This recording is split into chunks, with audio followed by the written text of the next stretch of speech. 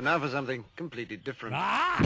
Forget everything you've been told by others before. Get ready for the real deal, the full story. Real talk about money, markets, life. Now, it's The Real Investment Show with Lance Roberts, presented by RIA Advisors. And good morning and welcome to the Tuesday edition of The Real Investment Show. And of course, as always on Tuesday, we have our Tuesday take on the website right now, realinvestmentadvice.com. If you're a subscriber to our email list, of course, that's our weekly Bull Bear report. You'll also get the technical take. It comes out on Tuesday, so if you're subscribed, nothing to worry about. You'll get an email here shortly. If not, go by the website. Make sure you subscribe to our weekly newsletter, and it's right there on the front page, along with all of our free subscriptions on the front page of realinvestmentadvice.com. And we'll make sure that you're taken care of. But you also read the article right now. It's on the website.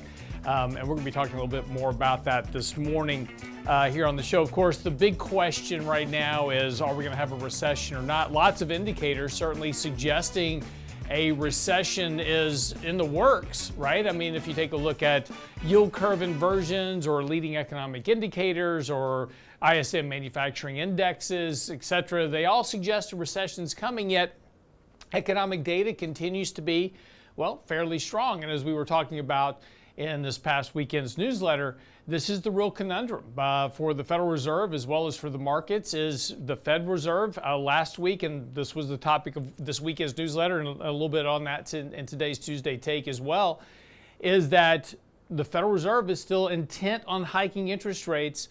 Of course, that's to slow economic growth and activity, but yet markets not really paying much attention to that.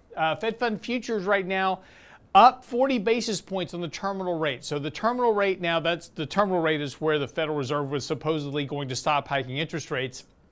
According to Fed Fund futures, the markets, that has risen by 40 basis points over the last couple of weeks, now at 5.3%, which is well above what the markets are expecting, right? Remember, markets are expecting right now, and if you take a look at kind of those Fed Fund futures, they're expecting rate cuts to come as soon as June. But the Federal Reserve saying, no, we got to keep hiking rates here. So a big disconnect right now between the markets as well as what's happening with the Federal Reserve. And as we talked about over the last week, you know, this bit of corrective action that we've been in. We wrote an article last week called The Correction Has Begun, actually a week before last now, talking about how the correction had started, and really, despite the fact that we've got a sell signal that's on the markets, of course, this has been, weighing on asset prices. Stocks really haven't gone anywhere. Now, they did decline last week a bit. We did close lower on Friday, did break below that 20-day moving average support. So this morning, futures are pointing lower. Dow's down about 275 points this morning on the futures. S&P's down about 30 or so. So, we're starting to see a little bit more of that deterioration come into the market. It's not surprising, though. Again, we've had a very nice run from the October lows, a big advance this year so far, in January and February. So giving a bit of those gains up here, not surprising at all. But again, there's this disconnect between asset markets and what the Federal Reserve is saying they're going to be doing about interest rates. And of course, the big risk of tightening monetary policy. And this is the big question, right? Recession or no recession? That's the question, and we don't know. Unfortunately, we have no real answer for this for certainty. But all the indicators certainly suggest that a recession is coming. Yet a lot of the economic data, is certainly remaining very strong here. Walmart this morning, a good example, reporting earnings. Revenue beat by $164 billion over estimates of $159 billion. Stocks trading down about 2.5% this morning on that news. But inventories are coming down. They're working through some of that inventory overhang. The tightness of the labor market, according to Walmart, in terms of them hiring associates, has improved over the last several months. So market's not quite as tight as it was. So we're still seeing real strength in the economy, which has been a bit of a conundrum for the markets and for the recessionistas, right? those expecting there to be a recession, but yet the economic data hasn't caught up to that just yet. And this is going to be the big challenge this year, right? The idea of a no landing scenario. This has been one of the hot topics as of late. In other words, the economy avoids a recession altogether, just slows down a bit. That's certainly possible, although probably optimistic given the tightness of Fed monetary policy and the fact that the Fed is going to continue to hike rates.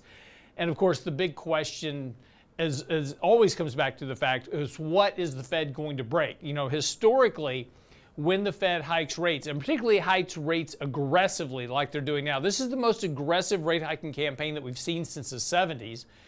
And historically, every time they hike rates this aggressively, they break something, right? Either cause the S&L crisis or you know, a whole variety of other issues over time that have been directly linked back to the tightness of the labor market. Because again, you know, not surprising, when interest rates start to go up, people start to default. In fact, credit card delinquencies across age groups are on the rise as interest rate payments are going up every month. So every time the Fed hikes rates, that increases the prime rate, which is tied directly to credit cards. So every month that minimum payment's going up, and for a lot of consumers that are just trying to make ends meet, that additional payment diverts capital from other purchases, right? So I can't go out and buy, you know, I can't go out and take my family out to dinner twice this week. I can only do once this week because of I got a higher credit card payment. You know, that's going to continue to feed through. That'll continue to weigh on economic growth. The question, of course, is at what point does the Fed hike rates too much that it causes some type of financial clamp down on the economy? And that's the question we don't know. And as we talked about last week on Twitter, I posted a chart of M2. Now that's money supply in the economy as a percentage of GDP. Now, what's important about this is that we still have a very high level of money sloshing around in the economy, and that's why the economy isn't seeming to slow down as fast as many people would expect, because you have all this liquidity just still everywhere in the economy. It is contracting, though, and it is starting to slow down. So that liquidity is coming out of the system, and at the same time that this monetary supply is coming out of the system, consumer debt is ramping up. So in other words, as that liquidity comes out of the economy, M2 is a percentage of GDP, that's declining. So as that money is extracted, people are having to turn to credit card debt to make ends meet. The question then becomes, how long can they continue to do that before they run out of credit? Or is the economy able to work through a trough cycle without going into recession because of all this liquidity, and then begin to get back into a growth phase? That's going to be the big challenge this year and potentially early next year. But as we were talking about last week, you know, one of the big surprises this year, now remember last year, everybody was convinced that we were going to have a recession this year. And it didn't matter who it was, recession is coming, media, economists, everybody was on that side of the boat. We said, you know, the problem with that, when everybody is expecting recession, they tend not to happen. So again, one of the big surprises this year is no recession in 2023 because of all that liquidity in the system that's still coming out, but that the recession is delayed until 2024 when that liquidity finally exits the economic system. That will be the big surprise. I'm not saying that's going to be the case. I'm just saying that's going to be the big surprise that could take a lot of people off guard, is that this year everything seems to be a little bit better than they really are. It's just because we've got time on our side right now of all this liquidity in the system. So look, we got a lot of stuff to get into. We'll talk a little bit about the Fed, hiking rates, recession risk, markets, investing, and I got a funny story for you from over the weekend with my youngest daughter. That's coming up right after the break. Don't go away.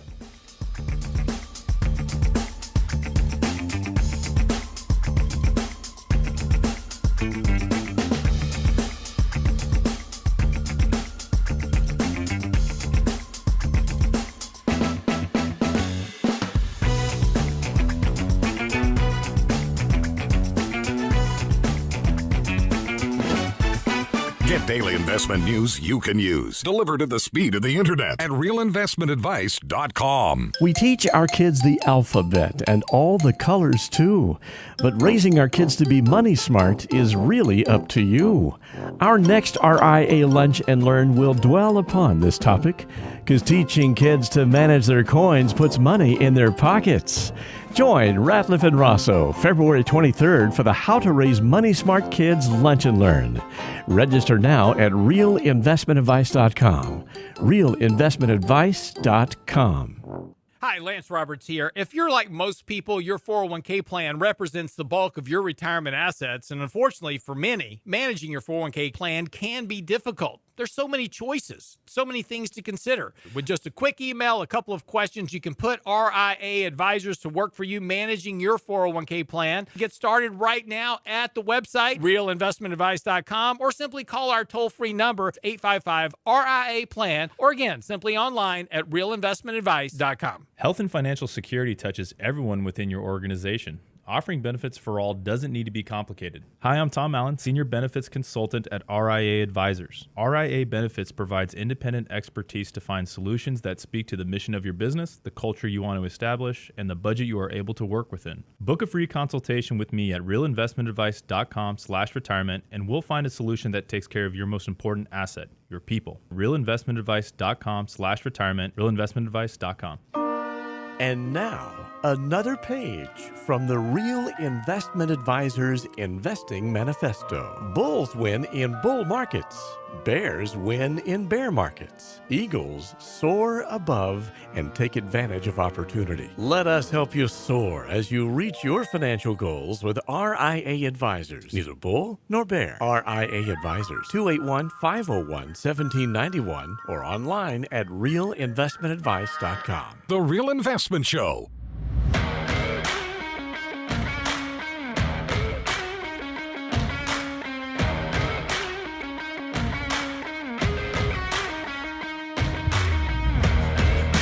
And welcome back to the show this morning.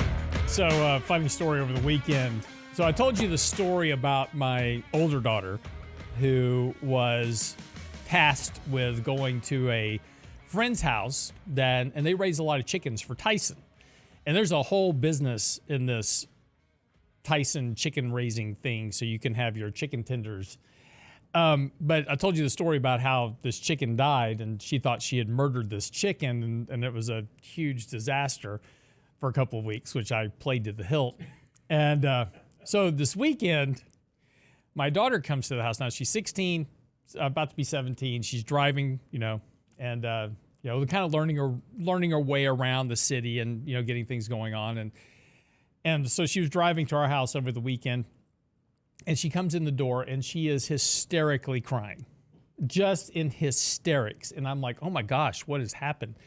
And she's like, through all the blubbering and the tears, she says, I had an accident. And I said, well, are you okay? And she's like, I'm fine.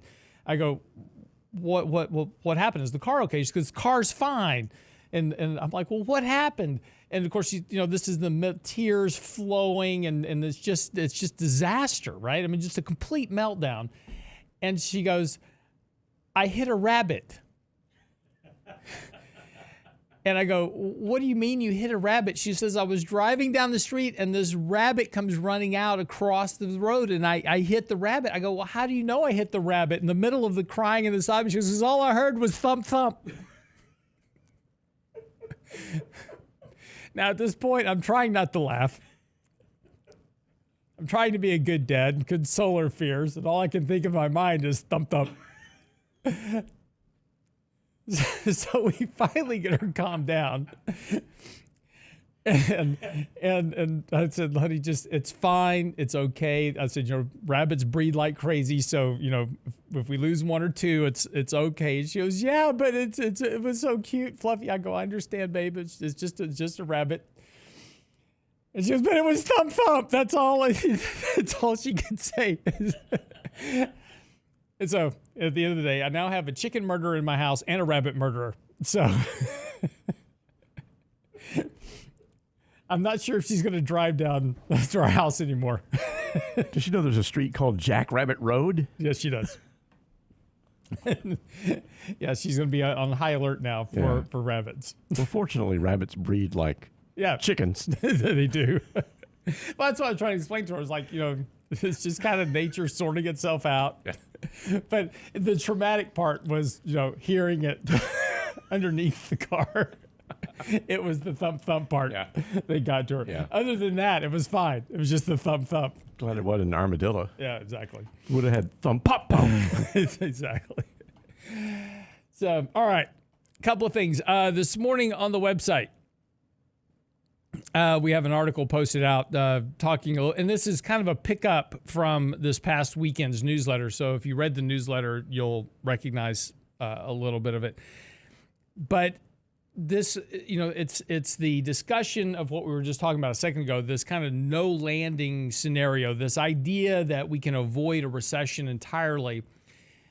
But again, that idea, the problem or the challenge right now is between all of the economic data, right? And all these particularly leading economic indicators that have a very high percentage of predicting a recession.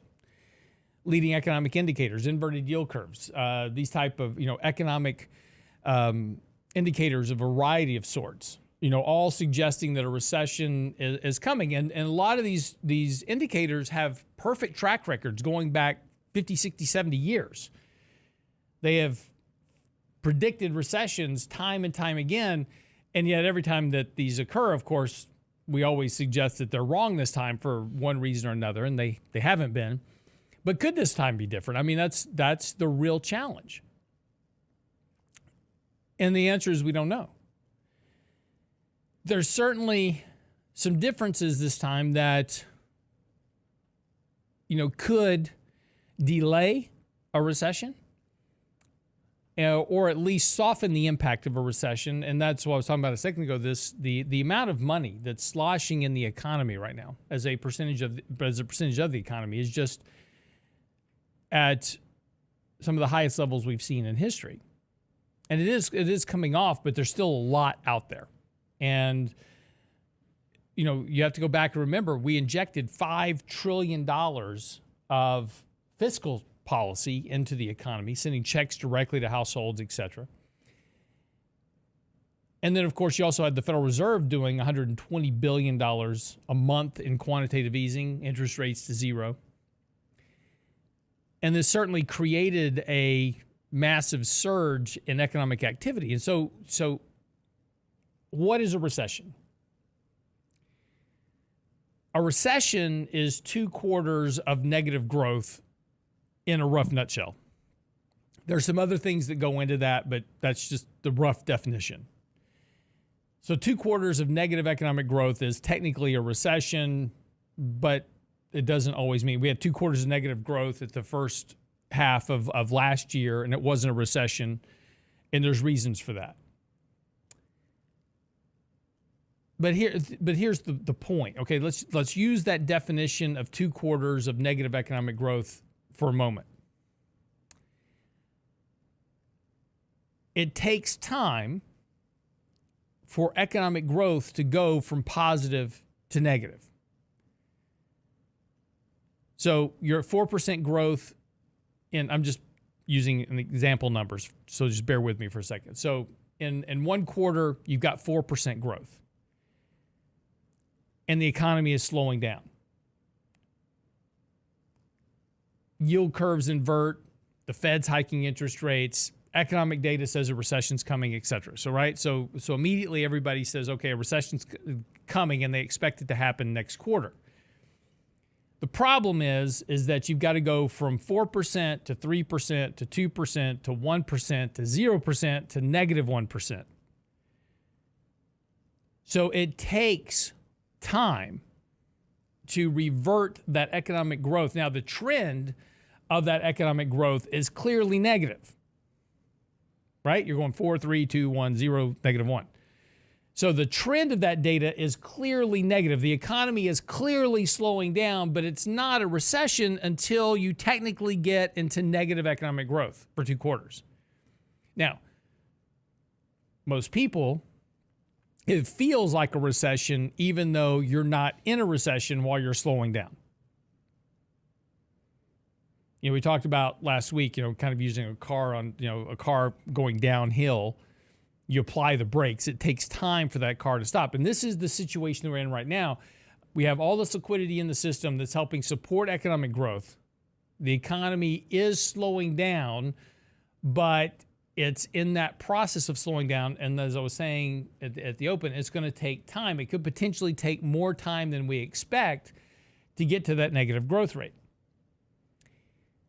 The indicators suggest that's going to happen. Now here's the other side of that argument.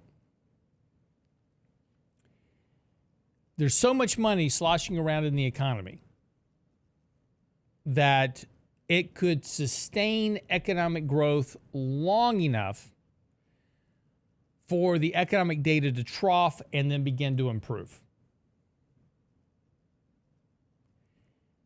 So you technically either have a very, very mild recession if you have one at all, and this is the theory. It's kind of like life support, right? You know, person goes into the hospital, they're having some type of surgery for whatever reason it is. They've got to put them into a medically induced coma to get through, get the brain to stop swelling, whatever it is. And then they bring them out of the medically induced coma. So that's kind of the idea. That's kind of a graphic comparison, but that's kind of the idea of what's happening with all this monetary liquidity, right? There's this monetary life support system that's still sitting there that even though the patient is ailing, that would be the economy, there's enough of this monetary liquidity that's supporting the life structure of that economy, at least near term. Now, it's a question of time. And this is going to be the big challenge for investors as well. The question of time is there enough monetary liquidity in the system to support the economy during the troughing of these economic indicators? And is there enough monetary liquidity to support the economy through a slowdown to the point that we extract some of the excesses and then allow the economy to begin to recover? Now, remember, one of the big challenges for all this and for this theory is going to be the pull forward of consumption. In 2021 and 2022, we gave households $5 trillion, checks directly to households, something we've never done before. So everybody in their infinite wisdom, instead of saving that money, went out and spent it. This is why we had this big surge in economic activity. Everybody went out and they bought new lawnmowers and refrigerators and washers, dryers, bought new computers like crazy because everybody had to work from home. So we all needed new computers. So I got this free money. Might as well go buy a new computer. Needed to up my gaming at home. So I needed a gaming computer so I could do Zoom and game at the same time. But this is why we had this big surge in demand for chips and everything else, right? Created this massive surge in economic growth. Now, the question is, if everybody's gone out and bought this stuff, now they're out of money, what are they going to use to buy next? And all those things that they purchased then had pulled forward for consumption that we're going to have this year and next year. So there's this void that has to be filled. And that's going to be the big challenge, is whether or not that pull forward consumption has left too big of a hole to fill for the economy to withstand. Come back, we'll finish up this conversation on the other side of the break. Don't go away.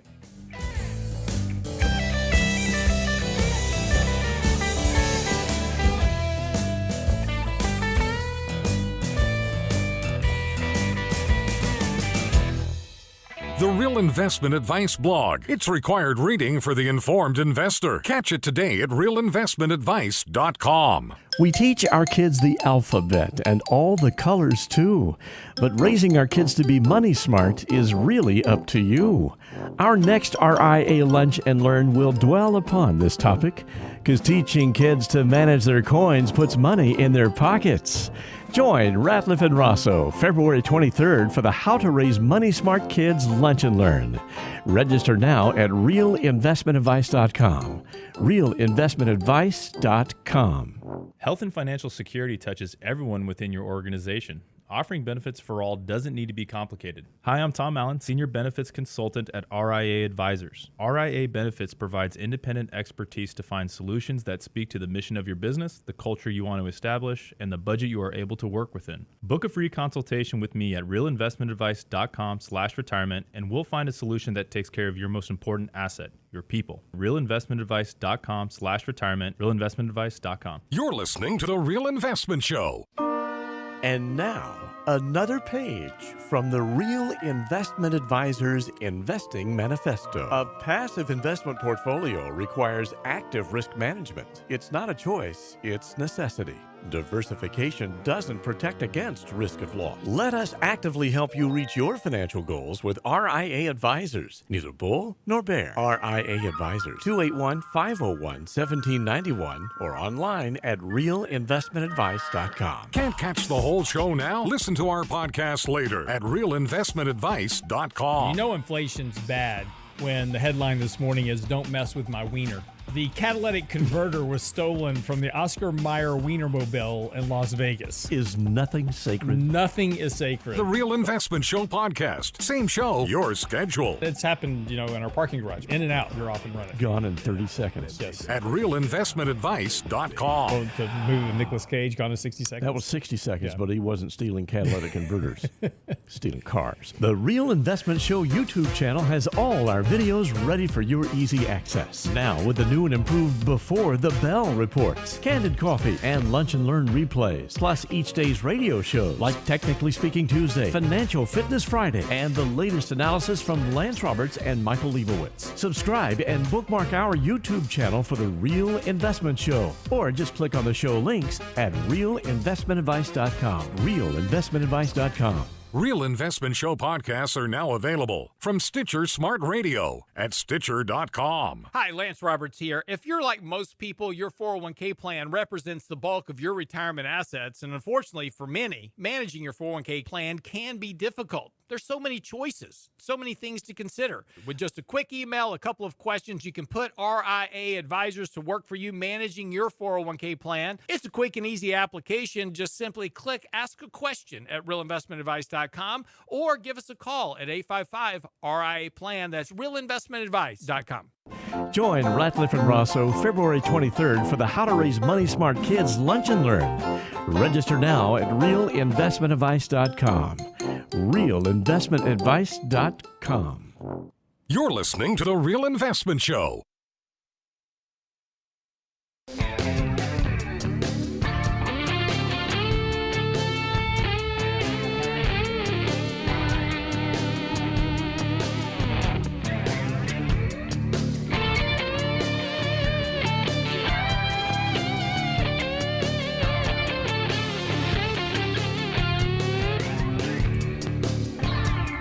Welcome back to the show this morning.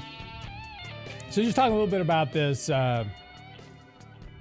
conundrum that we have going on right now between this recession idea and the no recession, no landing idea.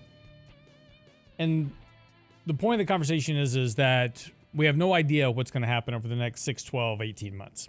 Nobody does. But there are so many indicators right now that suggest a recession is coming that it certainly seems like a odds-on bet that such will be the case. However, and this is the crux of the discussion, which is from an investment standpoint, betting on that outcome could be problematic for a couple of reasons. One is time. As we've already seen this year, markets have been much more resilient than many expected, with markets flying off out of the gate this year. The second is the timing of that event, getting it right. And then third is, of course, the depth of the event, if you're right. So these are the challenges from an investment standpoint. And so I told you I'm writing this article called, Conviction. And it's talking about having this conviction to a certain idea and then betting your whole portfolio on this idea, this thesis, right? And so this is the problem with the recession call right now. As we talked about last year, there were so many people expecting a recession. We were going, when everybody expects a recession, not likely to happen. And of course, now the question, now we're getting everybody into the other camp, which is, if you're expecting a recession, this is kind of a good thing. we're now getting everybody into the no landing, no recession camp. Everybody's kind of moving that direction. Everybody's like, okay, well, just kind of an economic slowdown. What if the real answer is both?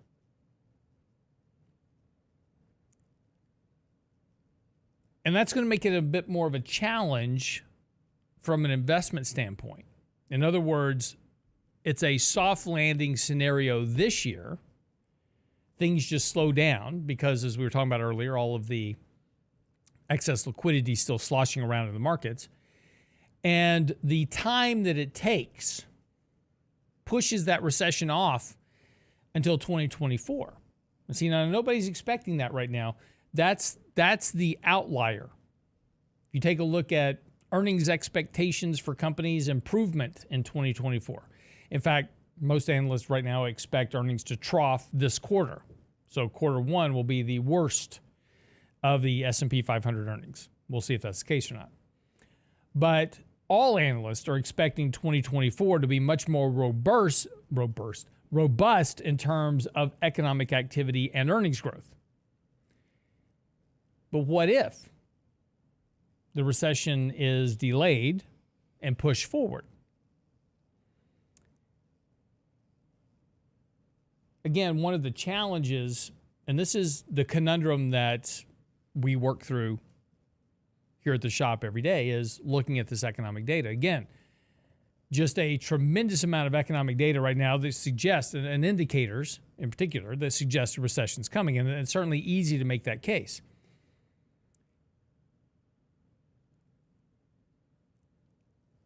But it's hard to make that bet because, again, the big risk is that you make this conviction investment on an idea that is either wrong or delayed.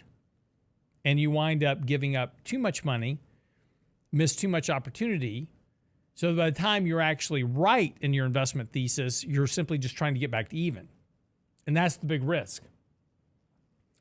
And that's the big risk with investing in general. I was having this debate over the weekend with, a gentleman on Twitter. And he's like, well, just, this is my dollar cost average. Just dollar cost average, through the whole thing. And then you're finally settled. It's like, that makes no sense, because if you invest $1 today and you lose 50 cents of it, yes, you can buy another dollar's worth of stuff 50% lower. I'm not saying the market's going down 50%. I'm just using an example here. But yes, I can buy more at cheaper prices, but then I'm just spending time trying to recoup the capital I've just destroyed. Versus avoiding that downside risk to some degree. You can't avoid all downside risk. But to mitigate some of that downside risk, preserve capital, and especially new capital, hold that in cash until you have the opportunity to buy things cheaper when you know that the bottoms are in. And that's easy to tell. You can tell when bottoms are in. Problem is we don't have that right now. From a purely technical basis, there is certainly evidence that the bottom of the market is in. You had a low in October. We've talked about the inverted head and shoulders, which is typically a very clear market bottoming process. We talked about the 50-day crossing above the 200-day moving average. We've broken out above downtrends. Lots of technical data suggests that the bottom of the bear market, if you want to call it that last year, really a correction, is in. But we haven't dealt with the economic stuff yet.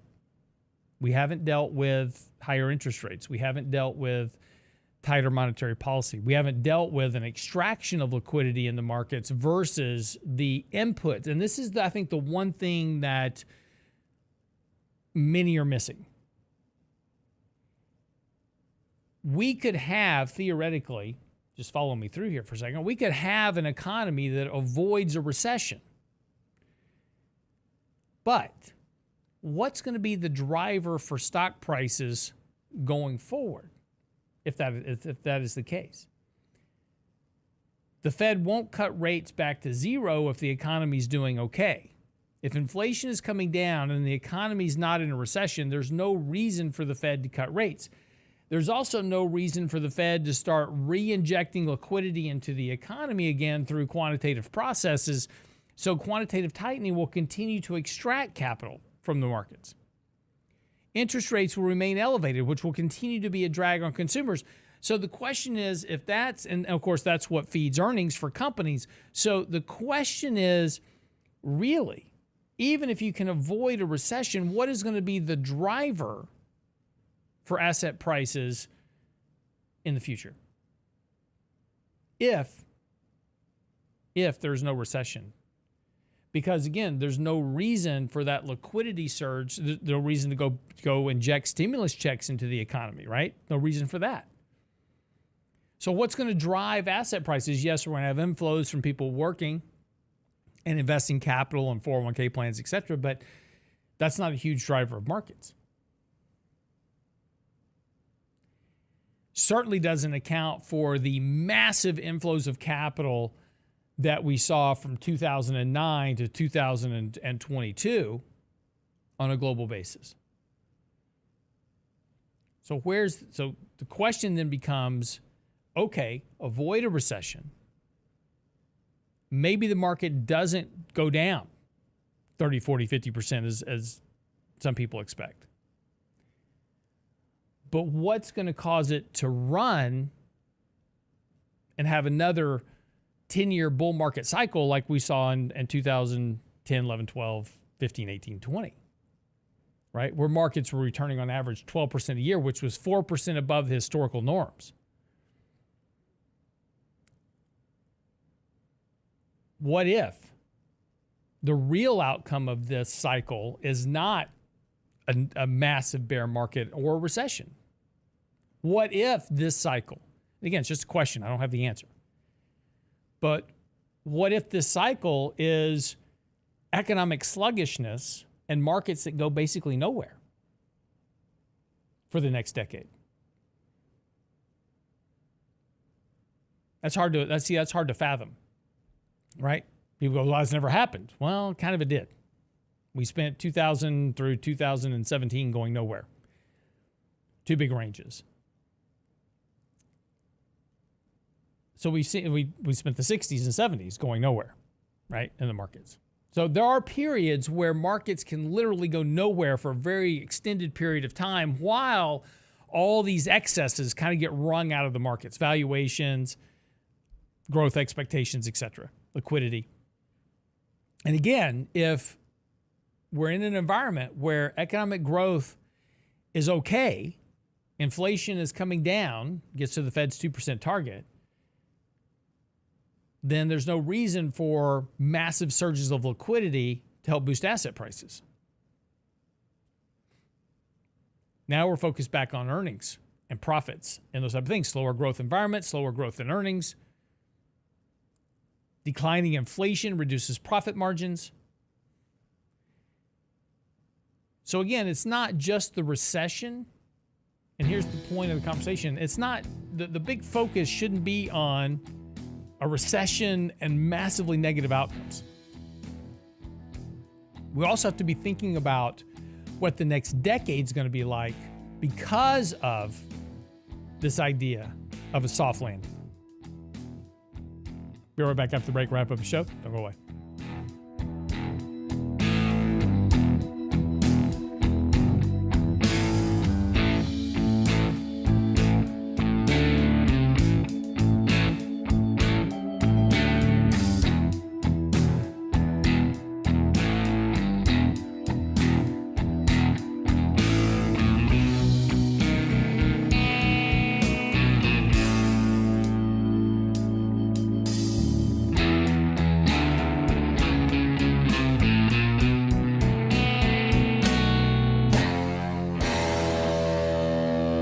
Get daily investment news you can use, delivered at the speed of the internet at realinvestmentadvice.com. We teach our kids the alphabet and all the colors too.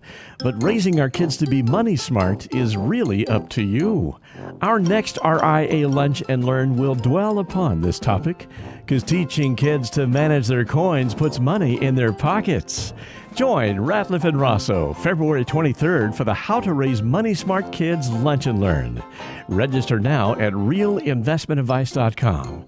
realinvestmentadvice.com. Hi, Lance Roberts here. If you're like most people, your 401k plan represents the bulk of your retirement assets. And unfortunately for many, managing your 401k plan can be difficult. There's so many choices, so many things to consider. With just a quick email, a couple of questions, you can put RIA advisors to work for you managing your 401k plan. Get started right now at the website, realinvestmentadvice.com, or simply call our toll-free number, 855-RIA-PLAN at realinvestmentadvice.com. Health and financial security touches everyone within your organization. Offering benefits for all doesn't need to be complicated. Hi, I'm Tom Allen, Senior Benefits Consultant at RIA Advisors. RIA Benefits provides independent expertise to find solutions that speak to the mission of your business, the culture you want to establish, and the budget you are able to work within. Book a free consultation with me at realinvestmentadvice.com/retirement, and we'll find a solution that takes care of your most important asset, your people. realinvestmentadvice.com/retirement, realinvestmentadvice.com. And now, another page from the Real Investment Advisors Investing Manifesto. Manage risk and volatility rather than trying to manage gains. You don't have to be right all the time. Long-term investing success is a 70% gain. Let us help you reach your financial goals with RIA Advisors. Neither bull nor bear. RIA Advisors, 281-501-1791 or online at realinvestmentadvice.com. The Real Investment Show.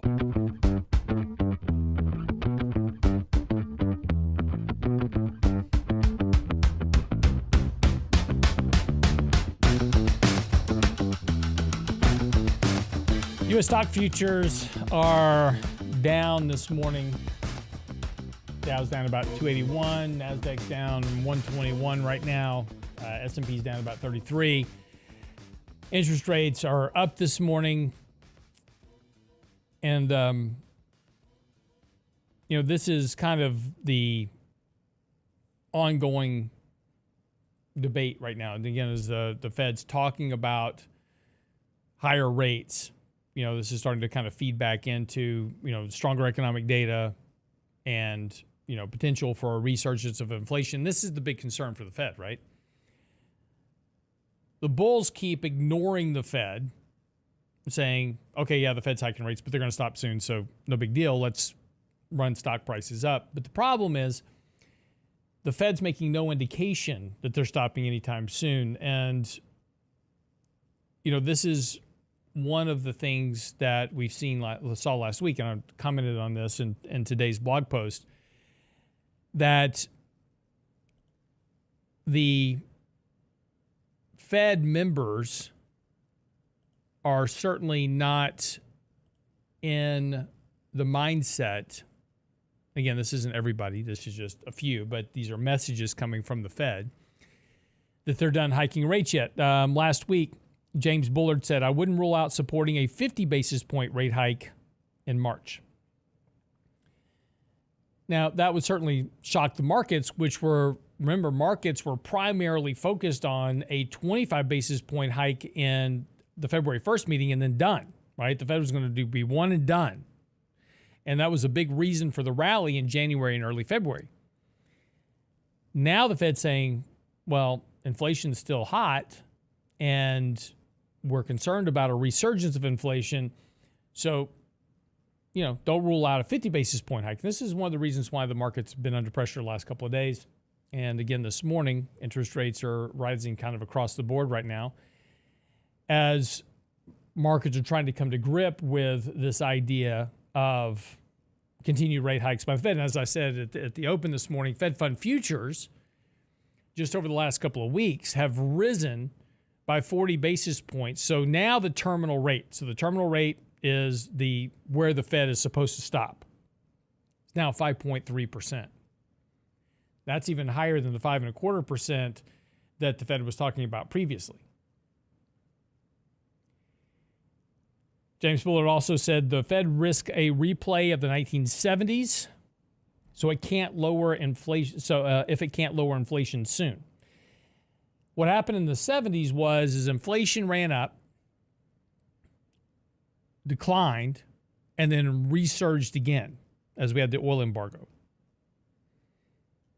And that's what the Fed's afraid of. The Fed's big concern is that inflation becomes entrenched in the economy. But there's some arguments that maybe it already has, because one of the things that is always problematic with inflation and prices is that prices tend to be sticky at some levels. Food, gas, electricity, these type of things, additional fees.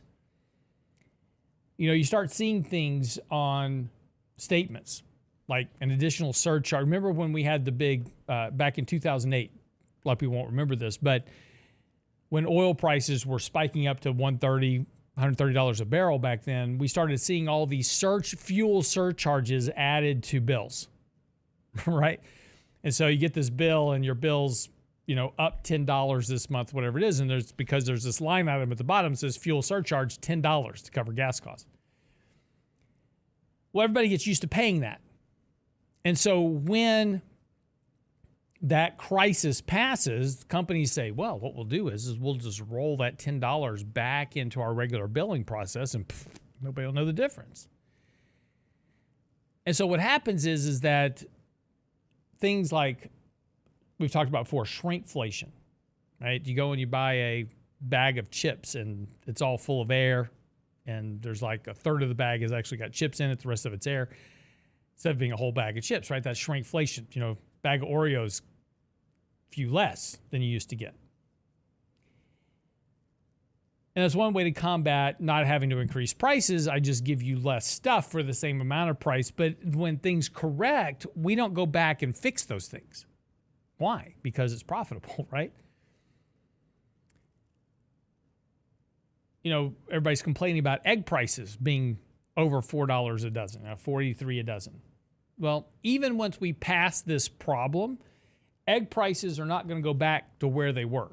They'll decline, but they won't go back to where they were. This is why, when I was growing up, you had gasoline at 50 cents a gallon, right?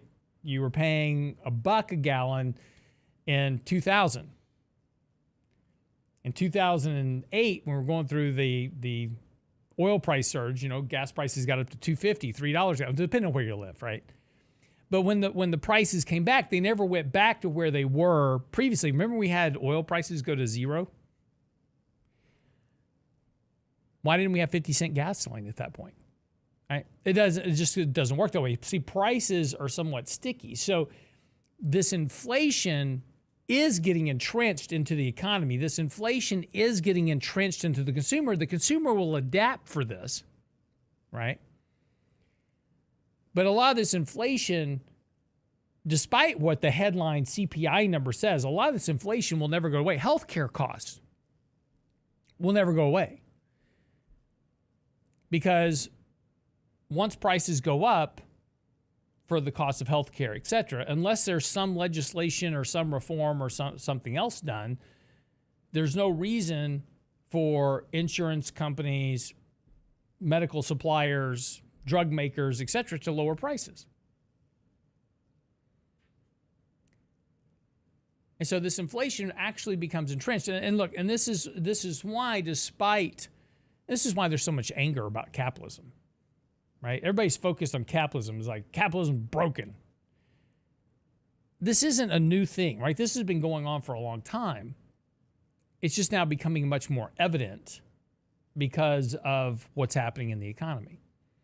And so everybody wants to blame capitalism. Capitalism's not at fault, right? It's just that inflation becomes very sticky at some levels. And there's going to be some levels that it doesn't, right? There'll be some things that revert. But there's going to be some things that don't. And unfortunately, the things that tend not to revert are things that we pay for every day. This is why there's always this big angst when people talk about inflation.